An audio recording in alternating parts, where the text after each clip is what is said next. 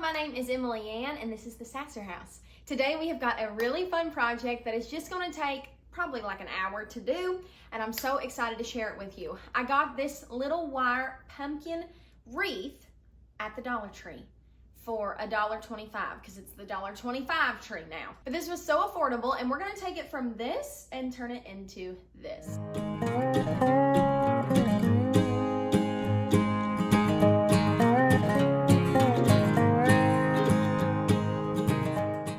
How we do it, just keep watching. So other than your pumpkin wreath from the Dollar Tree, the only other supplies you need are some fabric.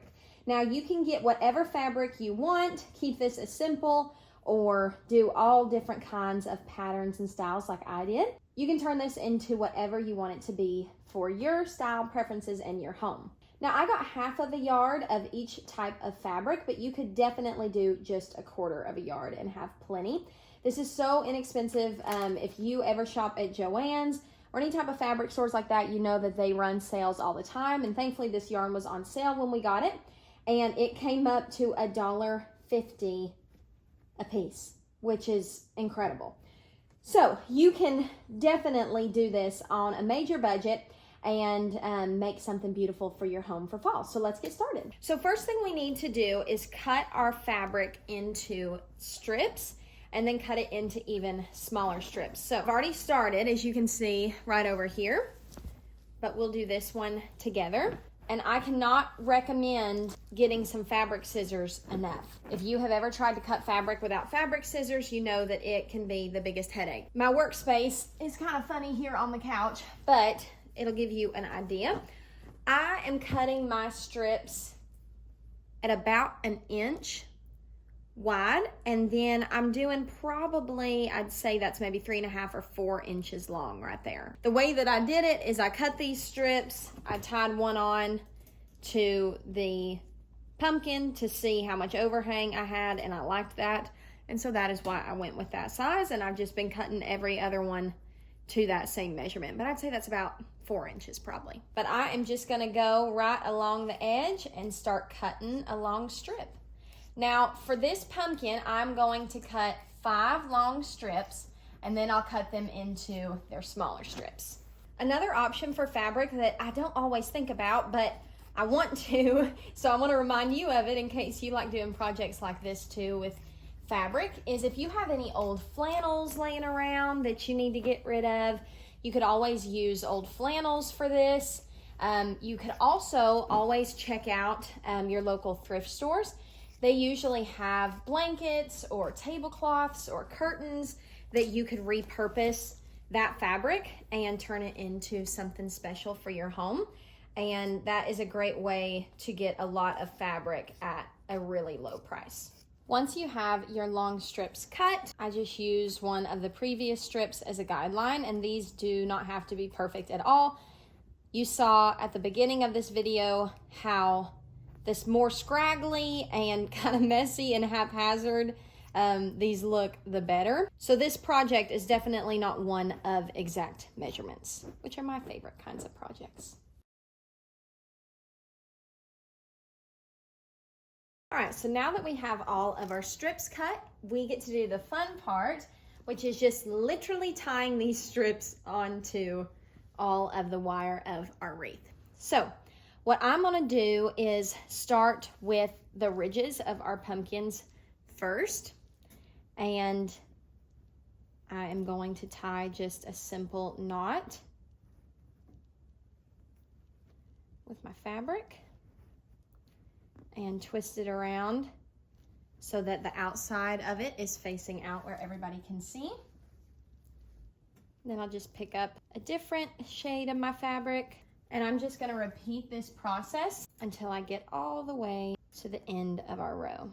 And I want this to feel really nice and full at the end, so I'm doing this pretty tightly where these knots are pressed real close up against each other. All right, so we just got done with our first row, so now we're just gonna repeat that process down all of these rows, and then we'll go around the edges. I did want to note that I ended up having to cut a few more long strips. At the beginning of the video, I said I cut 5 long strips and then cut those long strips into the smaller strips that we're tying on to the pumpkin wreath.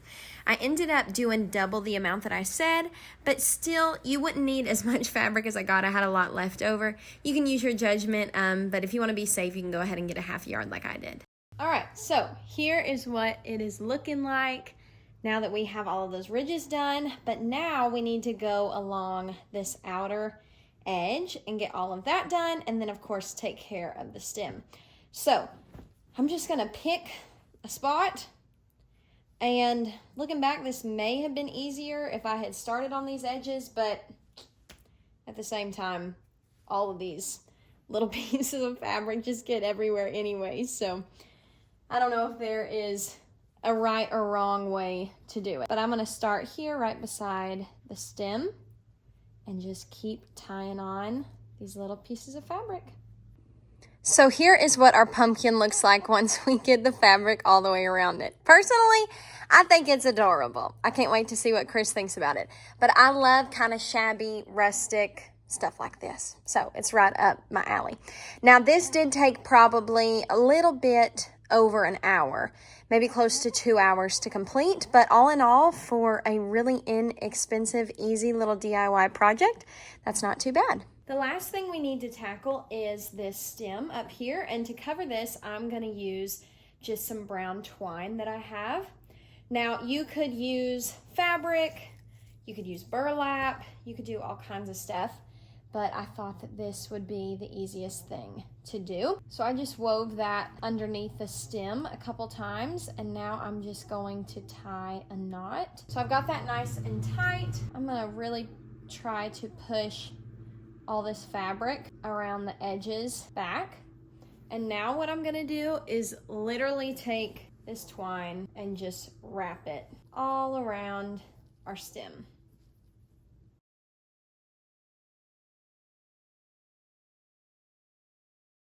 And then I just realized I don't want this up here to show, so I'm going to cut quite a bit of excess. And I'm gonna weave this twine in and out around the edge of our pumpkin stem. That way none of it shows. All right, I've got my camera turned around so you can see exactly what I'm doing here, but this strand is the tail of what we use to tie the yarn to the stem with. This is what is left over after we've wrapped the stem, and so we don't have to use a hot glue gun or anything, which I love. Sometimes hot glue just makes the biggest mess.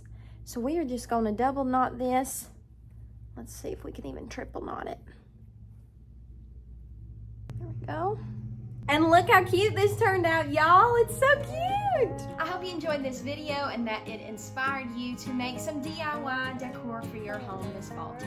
Be sure to follow us on socials if you haven't yet. We're on Facebook, Instagram, TikTok. You can find us always at The Sasser House. If you like this video, we have all kinds of DIY projects, cooking projects, gardening projects, and all things home related coming on our channel. We post 3 times a week, and we would love to have you a part of our family. So please consider subscribing, and we will see you guys on the next one. Bye, y'all.